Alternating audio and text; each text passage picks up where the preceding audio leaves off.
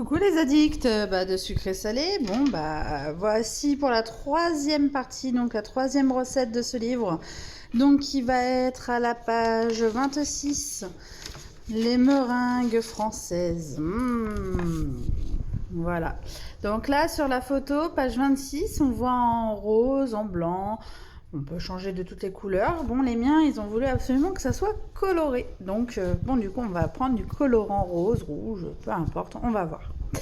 Voilà.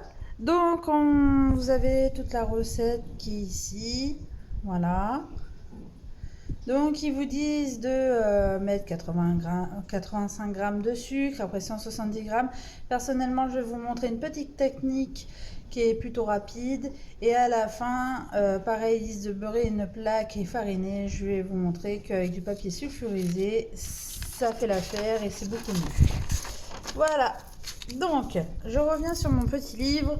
Encore une fois, c'est sur ça. Pendant 140 jours on va se voir. Pendant 140 jours je vais vous embêter avec les recettes qui sont dedans. Voilà, donc gourmande, facile et rapide. Voilà, donc à chaque fois, tous les jours, c'était un petit peu long. Là, je vais vous montrer une recette qui est vraiment très rapide. Voilà. Donc, pour ça, il va falloir vous munir d'un crochet, donc du KitchenAid. Alors, il y en a des comme ça, ou il y en a des beaucoup plus brillants. Pour le moment, j'utilise celui-là, on verra plus tard. Voilà. Donc, pour ça, il va vous falloir 5 blancs. Donc, j'ai déjà cassé. J'ai la chance d'avoir des poupoules à la maison pour avoir des bons œufs frais. Il ne faut pas hésiter, les poules, c'est super. Ça nettoie, tout ça. Enfin, c'est super d'en avoir chez soi. Ensuite, il faudra 140 g de sucre en poudre. D'accord. Une cuillère d'extrait de vanille. Moi, je prends celle-là. Voilà. La faute de ne pas avoir de gousse de vanille, ça aurait été encore meilleur. Et ensuite, j'ai pris du colorant, puisque les enfants veulent absolument du colorant. Donc, moi j'achète celui-là chez Poubo, un magasin professionnel. Je l'adore. Franchement, on met vraiment très peu et ça fait très vite effet. Voilà. Donc, allez, c'est parti. Donc, on va baisser le robot. Voilà, et on va mettre à vitesse donc élevée, donc c'est position 6, ça veut dire, d'accord? Si j'allume pas, ça risque pas. Voilà, donc vous allez me faire tourner votre robot à position élevée, ce qui correspond à la position 6. Voilà. Donc pour éviter le bruit le temps que ça monte, donc vous montez un petit peu le temps que ça mousse. Et après, vous allez verser le sucre petit à petit. De toute manière, on se retrouve tout de suite pour éviter tout le bruit du robot. Donc voilà, là, c'est bien mousseux. Et on va commencer à verser en pluie le sucre. Donc vous y allez bien doucement. Comme un petit sablier, en fait.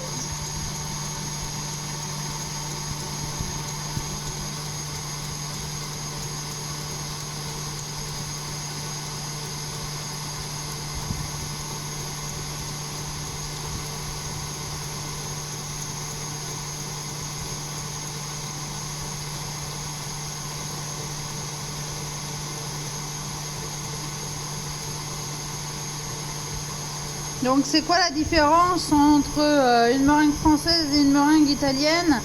Alors français, on met bien sûr le sucre comme ça en pluie directement. Que meringue italienne, on fait un sirop. D'accord, on le verse en sirop. On fait un sirop d'abord à un certain degré, assez épais, un peu comme le glucose. Et ensuite on le verse petit à petit dedans et attendre jusqu'à refroidissement de la meringue. Après, entre la meringue française et la meringue italienne, niveau goût, c'est exactement pareil, sauf que la texture, je trouve qu'elle n'est pas pareille. La meringue italienne est beaucoup plus collante niveau bouche quand on mâche la meringue, que la meringue française, elle casse bien vraiment et à fond dans la bouche. Voilà, donc tout est incorporé. Donc on laisse toujours à la vitesse 6 et on attend que ça soit bien incorporé, qu'il n'y ait plus de morceaux ou de grains visibles en fait, que le sucre soit fondu. Donc pour ça, vous allez me la laisser au moins 2 minutes, qu'elle soit bien montée et on se retrouve d'ici là. Donc là, ça commence à être à peu près tout fondu. On va rajouter de l'extrait de vanille, donc environ une cuillère. Voilà. À café. Et on va incorporer directement aussi le colorant. Donc, si vous voulez des blanches, bah vous attendez la fin et puis vous prenez une bonne partie de blanc. Si vous voulez après des autres parties colorées, soit vous prenez donc le blanc et vous le mettez de côté, et après l'autre partie vous la colorez immédiatement. Soit si vous voulez que décolorer, parce que là les miens ils veulent que décolorer, et ben je vais mettre du colorant.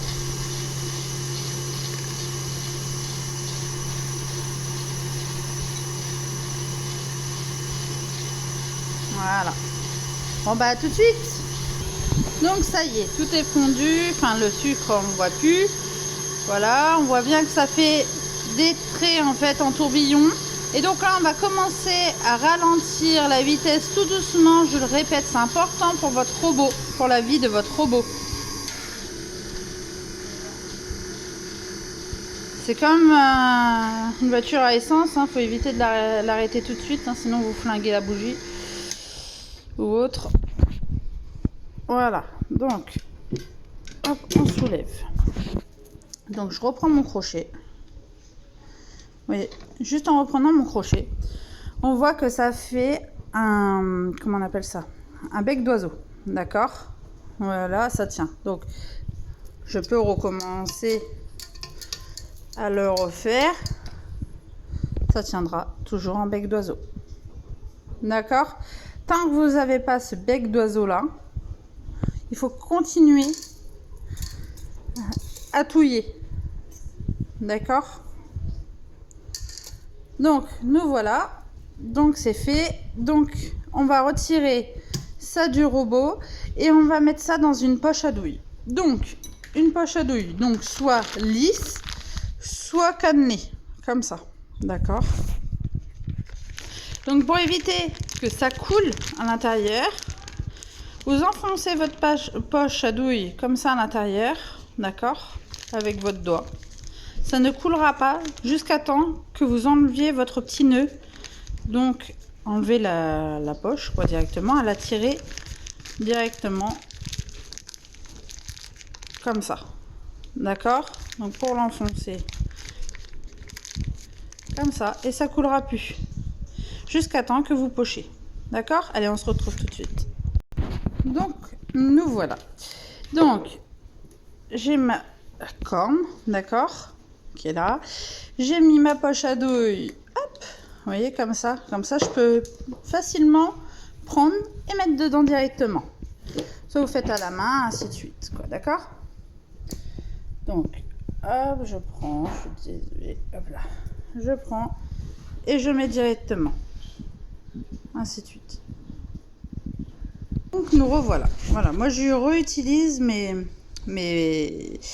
feuilles sulfurisées, comme vous pouvez voir. Quand il n'y a pas de miettes dessus, il y a juste des traces, c'est pas bien grave, je les utilise au lieu de les jeter. Ça fait du gâchis en moins. Donc voilà, je viens juste de déplier mon truc.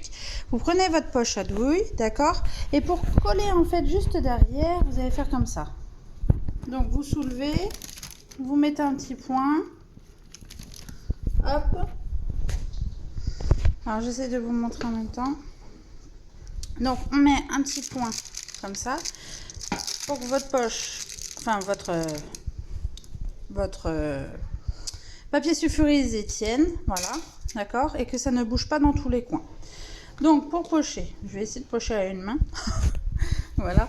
Donc alors moi j'ai pris cannelé parce que je trouve ça super joli. Soit vous pochez comme ça, soit vous faites en rond.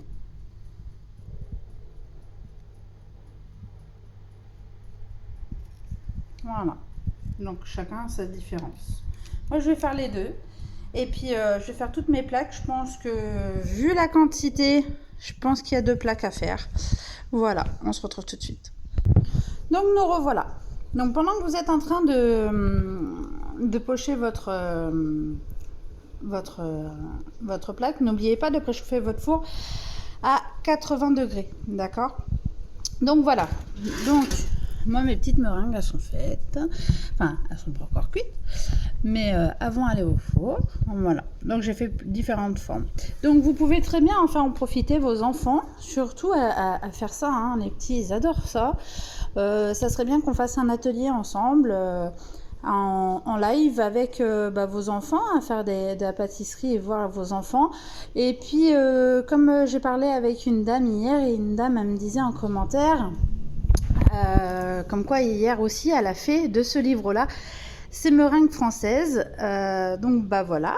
Et donc, du coup, je l'ai invité à partager ses photos. Et il ne faut pas hésiter, surtout, à partager vos photos dans mes commentaires, soit du jour ou autre de votre livre, de ce que vous avez pu faire, justement, avec ce livre-là.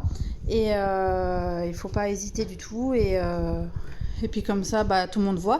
Et chaque jour, quand je vais poster mes vidéos, ça serait bien que vous mettez vos photos de ce que ça vous a donné. Et puis si vous avez besoin de conseils, n'hésitez pas. Voilà. Allez hop, au four pendant 2 heures à 80 degrés.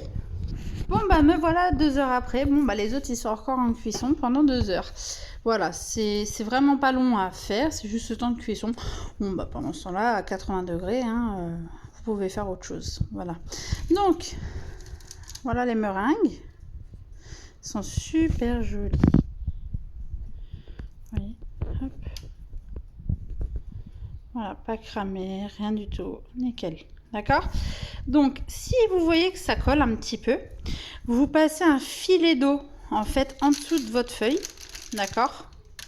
Et là, ça va se décoller automatiquement tout seul. J'ai le hockey en même temps. C'est super. Voilà, donc, si ça colle un petit peu, un peu d'eau, et hop, c'est nickel. D'accord? Bon, voilà. Je vous dis à demain pour la recette de la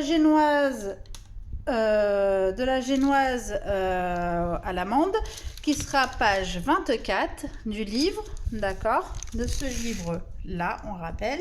Voilà, donc je vous dis à demain, bonne dégustation, dites-moi ce que vous en avez pensé. Si vous avez fait, envoyez vos photos en commentaire, n'oubliez pas de vous abonner, faire un petit like comme d'habitude. Voilà, allez, gros bisous, à demain.